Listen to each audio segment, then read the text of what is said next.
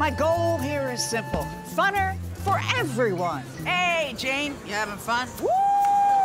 Is that legal? Because around here, funner is a state of mind. What is going on, Laker fans? Thank you very much for tuning in. Lakers Talk Daily on this Wednesday. Lakers lose last night to the Clippers. That's 10 in a row. That's it. I'm done. Not talking about that game anymore. It's behind me. It's over. We got other stuff that we got to talk about. So I appreciate you guys tuning in. Please subscribe to the channel, ESPN LA, right here on YouTube. Quick shout out. Find your funner state of mind with a visit to Harris Resort SoCal. Voted best resort in Funner, California. From dining to unwinding, you'll find fun around every corner. Learn more at harrissocal.com. Beautiful property, 2 hours away from downtown Los Angeles, located out in North San Diego. Fantastic, fantastic property, perfect for a staycation. Okay, harrissocal.com. So here's what I want to get into in today's episode. The Lakers, we know, obviously traded for Rui Hachimura of the Washington Wizards. They did that a couple days ago. It was actually literally 48 hours ago is when that trade went down. And they get a 6'8" wing, and he will make his debut as a Los Angeles Laker tonight. And oh, by the way, if Anthony Davis clears protocols, he's going to do his pregame warm-ups. He will play tonight. Looks like he'll have a minute restriction, 20, 24 minutes, something along those lines is how they'll use AD. That's not what I want to talk about. I want to address something from yesterday, pregame, that Rob Pelinka, I want to read a couple of his quotes about basically, are the Lakers done? Should we expect another move coming from the Los Angeles Lakers? I think there's a couple really interesting quotes here coming from Rob. So let me read this one off. Obviously, getting back or getting Rui is huge. Lakers need a wing. They need somebody who could spot up and hit threes. They need a big defender in that position. The Lakers accomplished that. Doesn't mean the team's perfect. The chances of the Lakers obviously getting in the playoffs and going on a run, they would need a lot of things to break their way. But let me read a quote here. He said, "We felt like it." This is Rob Pelinka. "We felt like it was an opportunity for us to strike early and address a need in a market that has proven to be a little bit slow." I'm going to read another little quote here. "And it doesn't mean our work is finished. We're going to continue to monitor the situation with the other 29 teams. Our job as a front office is always to look to improve our team both now and in the future, and we felt like Rui was the perfect way to do that, and that's why we struck early." Okay, Laker fans, tomorrow is 2 weeks away from the NBA trade deadline.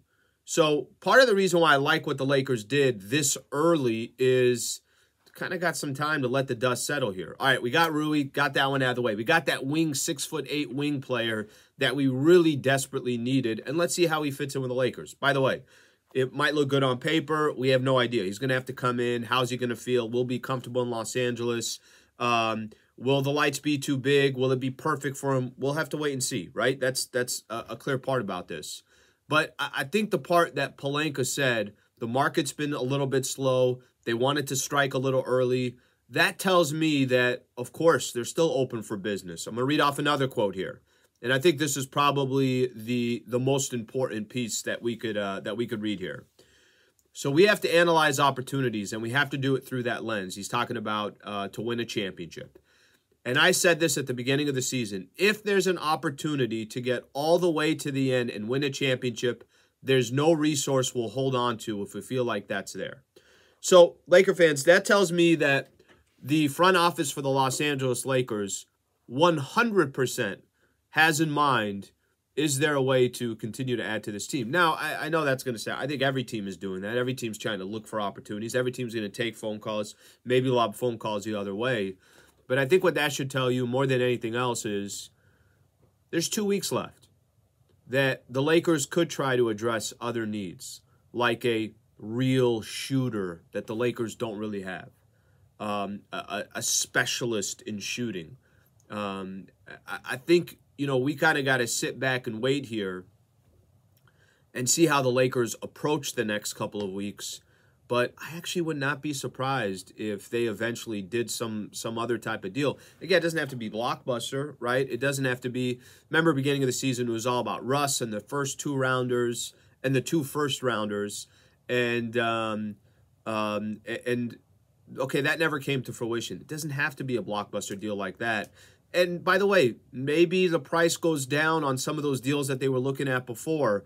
Maybe there are teams out there that thought they were in it and now are saying to themselves, what are we doing here? Let's just sell off some of these assets that we have and let's move on. Or maybe there's a player that has an expiring contract that they don't think is going to re-sign with that team, and the asking price starts coming down. What I don't think the Lakers are going to do, and this is what I think Rob Pelinka is referring to. You guys have heard me talk about Bogdanovich a lot of the Detroit Pistons.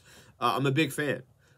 But if there are 6 teams that are going after Bogdanovich, and the offers are just crazy, and the Lakers just feel like, hey, this just doesn't, it's not worth paying this much to go get Bogdanovich, then I don't think they're going to do it. So I think that Pelinka has given us a little bit of a taste of, listen, I'm not saying that we're not going to go make a move. I just shown you guys that those three second rounders are gone. I'm willing to make a move.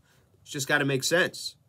One last quote I'm going to read here from Rob yesterday. This is when he was introducing Rui. He says, the completely unwise thing to do would be to shoot a bullet early and then not have it later when you have a better championship move you can make. So he talks about how delicate of a situation it is and everything else. He's right. He's right. So for those who have been critical at the front office, those who have been critical that why aren't the Lakers making a move, this, that, and everything else, it's because they just haven't felt like there's a responsible move out there. I cannot fault somebody for not doing something because they don't feel like it's responsible.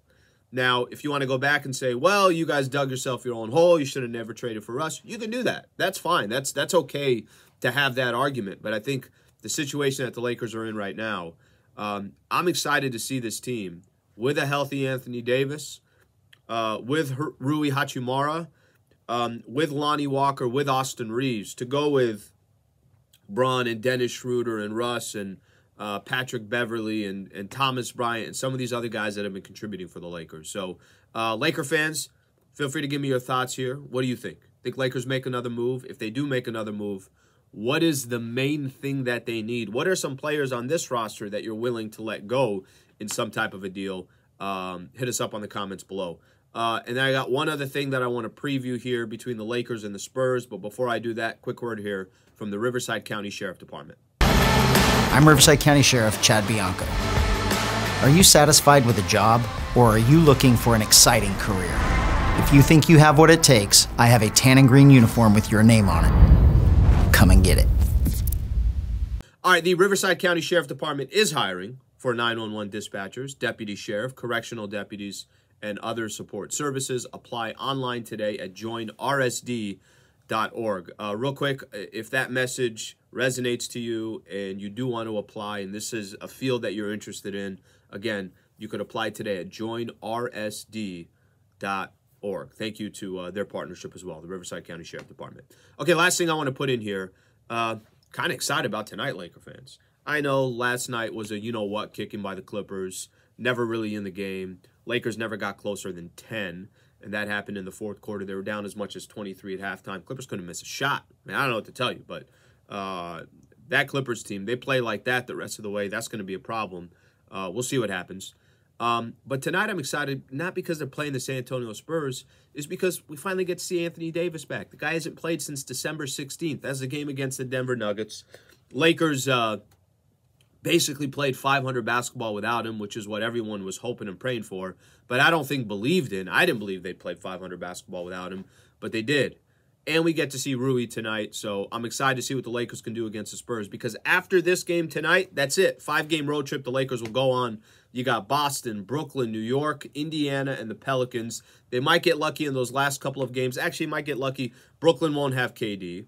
We obviously, Zion, I know, is going to be out another 2 weeks. Tyrese Halliburton's been out for the Pacers. So the Lakers might get a little fortunate here with what they end up with. And we know things haven't really gone the Lakers' way all that much this season. Laker fans, thank you very much for tuning in. This is Lakers Talk Daily. We do it Monday through Friday. Please subscribe to the channel. Thank you to our partners. Hope you guys have a great rest of your day.